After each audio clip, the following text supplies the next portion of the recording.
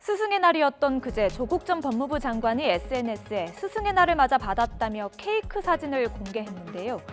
조 전 장관은 스승의 날 감사합니다라는 문구가 적힌 3단 케이크의 사진과 함께 학교로 돌아가지 못하고 있는 선생이 맞이하는 스승의 날이라고 적었습니다. 같은 날 추미애 전 법무부 장관도 케이크 사진을 공개했습니다. 추 전 장관은 방송인 김어준 씨가 운영하는 딴지 게시판을 통해 지지자들이 보내줬다고 설명했는데요. 이에 일부 언론들은 두 사람이 받은 케이크의 생김새가 비슷하다며 같은 사람에게 받은 것 아니냐는 의혹 보도를 쏟아냈습니다.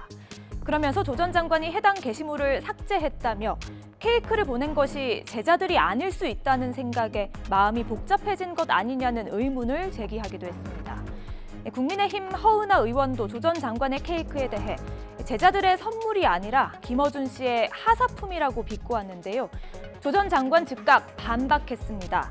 망상적 주장에 어이가 없다며 김어준 씨가 아닌 제자와 지인들이 보내준 케이크 가운데 하나라고 설명했습니다.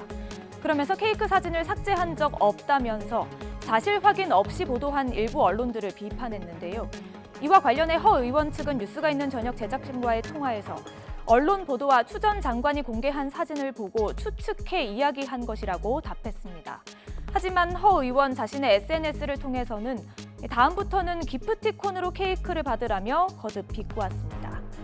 한편 국민의힘은 황보승희 의원의 발언을 두고도 시끄러운데요. 앞서 황보 의원은 자신의 SNS뿐 아니라 보도 자료를 통해서도 임혜숙 과학기술정보통신부 장관 임명의 배경에 문재인 대통령의 부인 김정숙 여사가 있다고 주장했습니다. 하지만 별다른 근거를 제시하지는 않았는데요. 오히려 언론 인터뷰를 통해 물증이 있느냐면 그렇지는 않다면서 확인된 것은 없지만 합리적 의심을 한 것이라는 입장을 내놓아 논란이 커졌습니다. 당장 청와대와 더불어민주당은 반발하고 나섰습니다.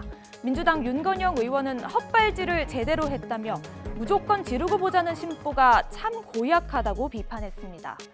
이철희 청와대 정무수석도 라디오 인터뷰를 통해 악의적인 의혹 제기이자 구태 정치라고 지적했습니다. 들어보시죠. 굉장히 악의적 왜곡이라고 봅니다. 아주 구태 정치라고 보고요. 최소한의 근거를 제시하면서 이런 주장을 해야 되는데 밑도 끝도 없이 그렇게 주장을 하면 세상에 그런 루머나 의혹에 견뎌낼 사람이 어디 있겠습니까?